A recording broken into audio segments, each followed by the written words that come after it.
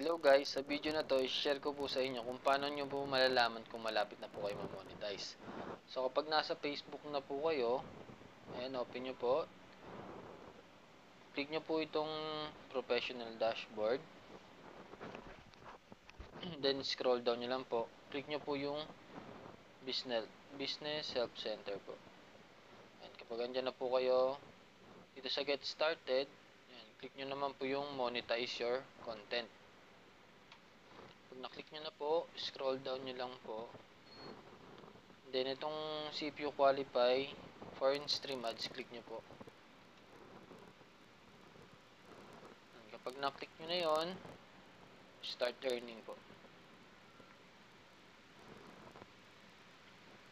Make sure sundan nyo po yung step by step para mapunta po kayo sa dun sa may monetization tools po. Tapos check it out po. Ayan. Dito guys, pipili po kayo kung profile po ba yung gamit nyo or page. So sa akin, personal account po yung ginamit ko po. So dito pala sa taas, yan, you have tools that are ready to be set up for monetization. So kapag dito may lumabas na setup, click nyo na po agad, setup nyo na po agad. Kasi nire-review pa po ni Meta yan kung aprubahan po ba nila or madedecline. So yung sa in-stream ads po natin, na setup po na yan siguro by Saturday po. Malalaman natin kung maaprubahan or madedecline po. So dito rin natin makikita kung malapit na po tayo ma-monetize. Ito po yung sa other monetization tools. Itong arrow na pababa po, ayan, arrow down. Click nyo lang po yan. Then yung dito yung mga hindi pa po natin na unlock. Tapos click nyo lang po itong view criteria. So dyan nyo po makikita kung malapit na po kayo ma-monetize yan. Kung ilang percent na lang po ba yung kulang dun sa criteria. Yan. Katulad po nitong sa subscriptions ko po, 7% na lang po yung sa followers na lang po, no. So, yun, malapit na siyang ma-monetize, no. So, kapag na-kompleto na natin yan, dito na po siya mapupunta yan. Sa taas po, yan.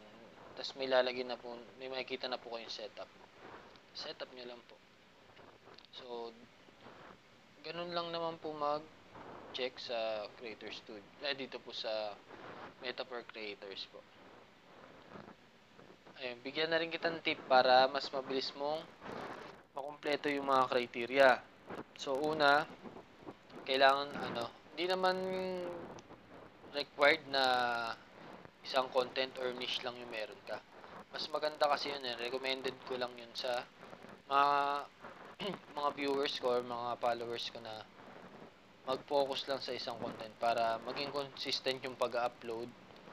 Ayun. Pero pwede rin naman kung gusto mong madaming content, wala namang masama doon, pwede naman gawin yun. As long na mas makapagbigyan ng value sa mga viewers mo.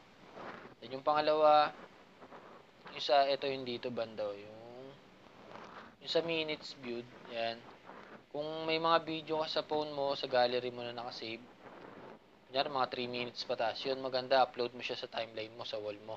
Pero make sure, sarili mong video yon, tapos walang background music, para hindi ka ma-copyright.